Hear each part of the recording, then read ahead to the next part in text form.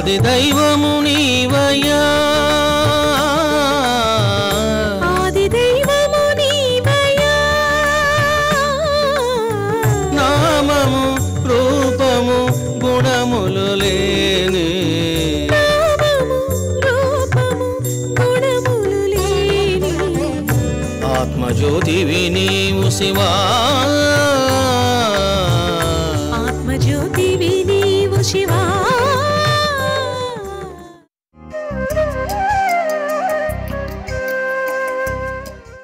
ద్వారకామాయిలో బాబావారు కాళ్ళు చాపుకొని కూర్చొని ఉన్నాడు.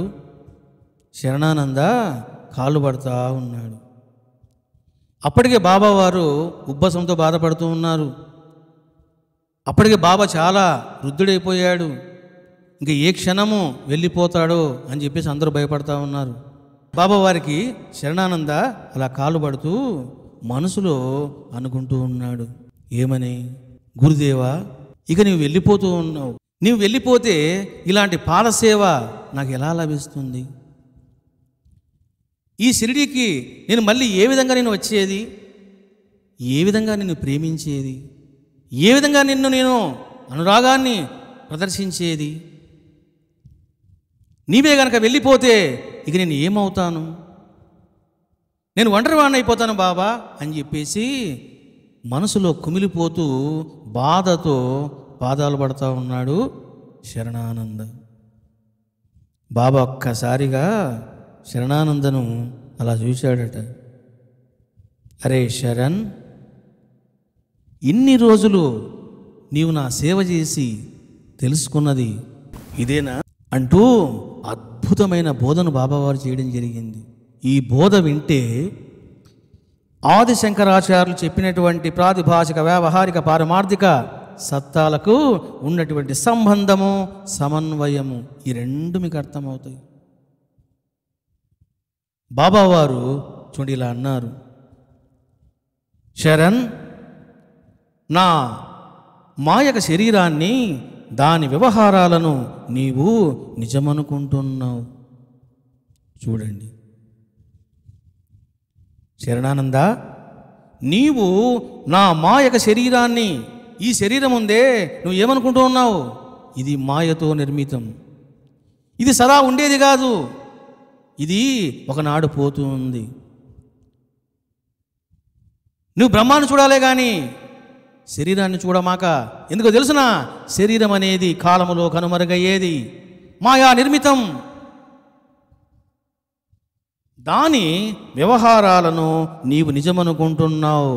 చూసారా? బ్యూటిఫుల్ ఇది. నా దేహము, ఈ దేహము చేసేటువంటి సకల వ్యవహారాలను నువ్వేమనుకుంటున్నావు? సత్యము అనుకుంటున్నావు. అది సత్యము కాదు. ఎందుకో తెలుసునా? నేను ఈ దేహాన్ని కాదు.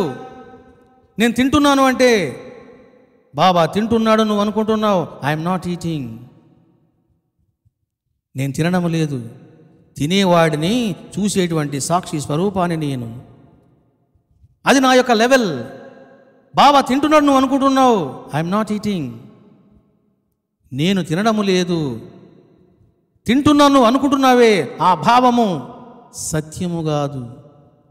నా దేహము, అది చేసేటువంటి సకల వ్యవహారాలు సత్యము కాదు అంటూ ఈ భ్రమను వదిలివేసి, చూశారా? ఆది శంకరాచార్యులు ఏదైతే చెప్పారో, ద ప్రాక్టికాలిటీ బై సిద్ధ గురు, మీరు వింటూ ఉన్నారు. బాబా కూడా ఏం చెబుతున్నాడు అనేది మీకు చక్కగా అర్థమవుతుంది ఇక్కడ. శరణానంద, నీవు ఈ భ్రమను వదిలివేయము. నీవు నా దేహాన్ని చూసి బాబా దేహం అనుకుంటున్నావు. I'm not the body. నేను దేహాన్ని కాదు. నేను ఎన్నెన్నో కర్మలు చేస్తూ ఉన్నాను, అవన్నీ నేను చేస్తున్నావు అనుకుంటున్నావు. I'm not doing anything. ఈ భ్రమను వదిలివేసి వ్యవహారాలన్నింటికి అవతల, చూశారా? వ్యవహారములో అన్నింటికి అవతల మనస్సు, బుద్ధి, వాక్కులకు అగోచరంగా, అగమ్యంగా, చూశారా?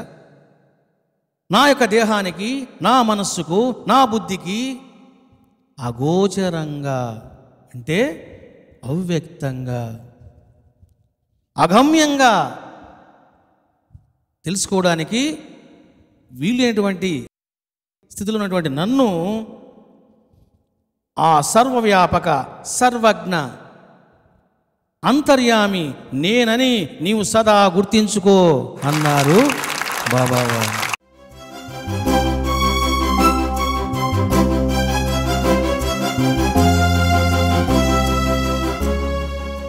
బాబా ఏమంటున్నాడు?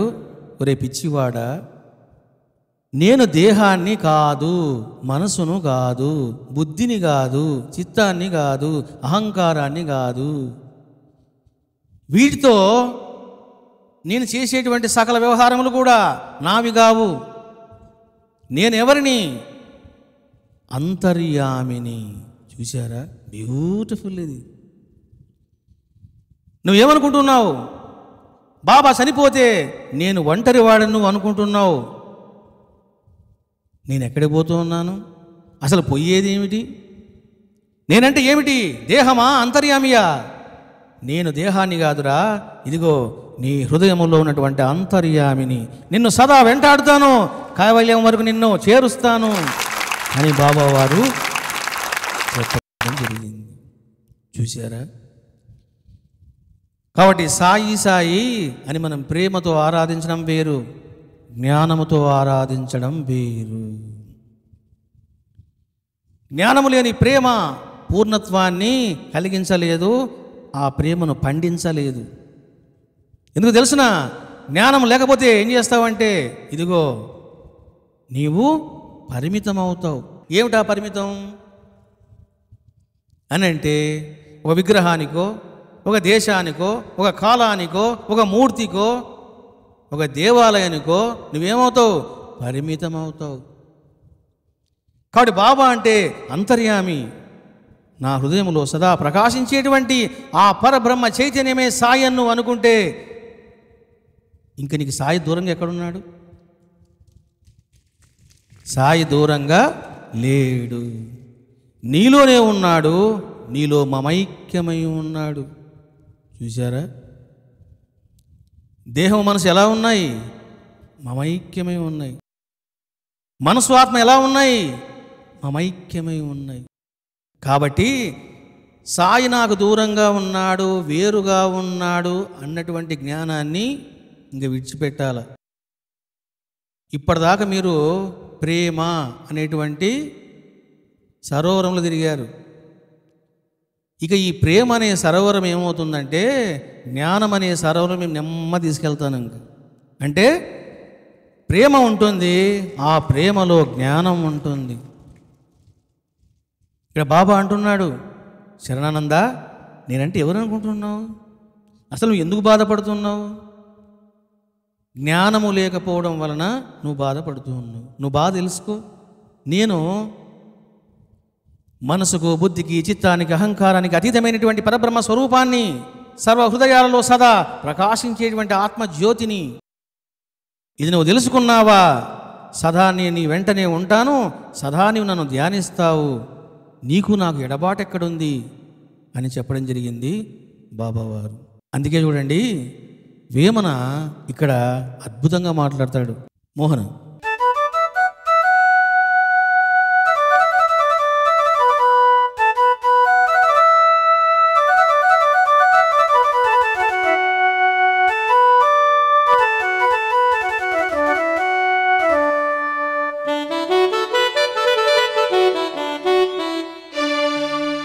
మాయా జగమటంచు మనుజుడు తిరంగలేక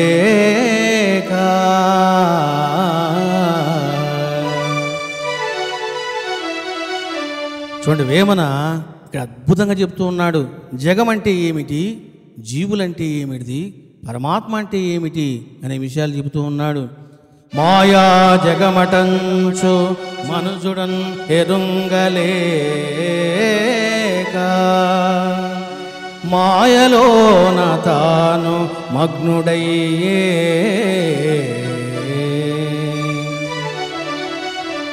మాయ తెలియు జనని మర్మగ్నుడందురు విశ్వదాభిరామ వినురవేమ ఆ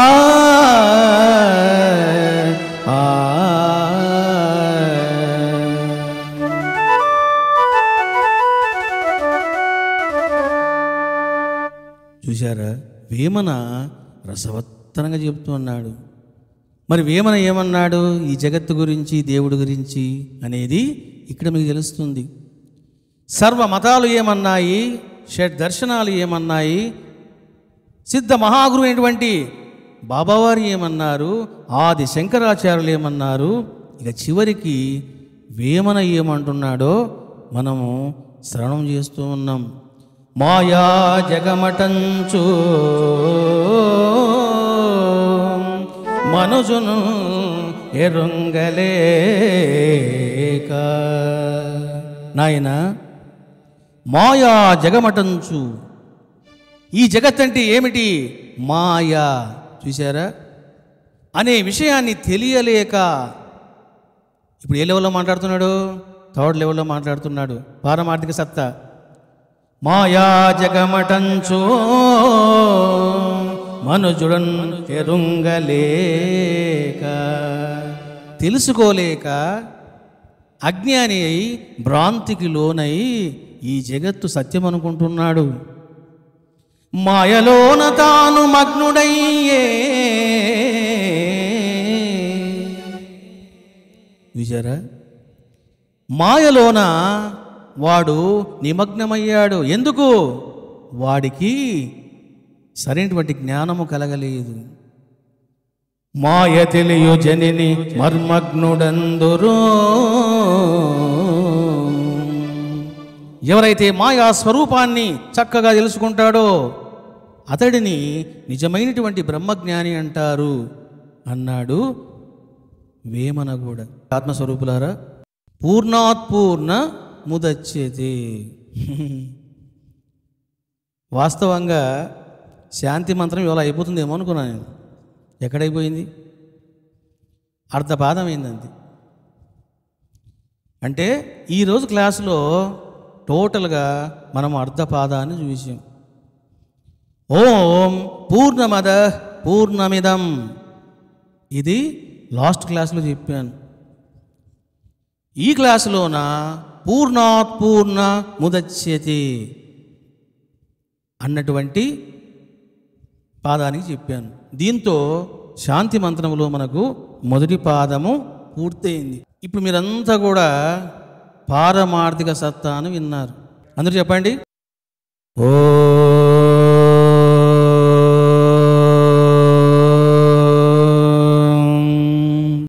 శ్రీ సచ్చిదానంద సద్గురు సాయినాథ్ మహారాజు की జై, పరమశివునికి జై, పరాశక్తికి జై.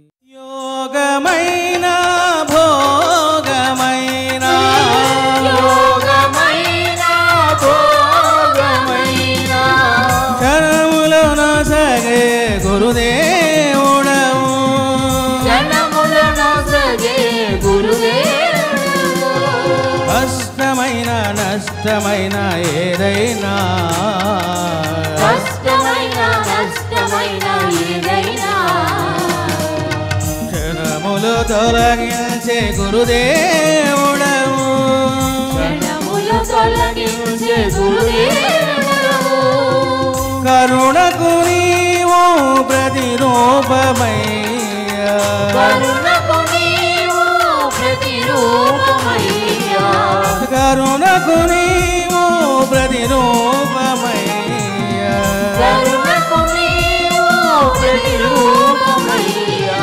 నేను విడిచి తిరుగుట జ్ఞానమయ్యా, నేను విడిచి తిరుగుట జ్ఞానమయ్యా, శంకరా సాయి శంకరా, శంకరా సాయి శంకరా, శంకరా షిరిడి శంకరా, శంకరా శిరిడి లేడురా ఎందెందు వెదిగిన లేడురా ఎందెందు వెతికిన లేడురా నీలాంటి గురుదేవుడు నీలాంటి గురుదేవుడు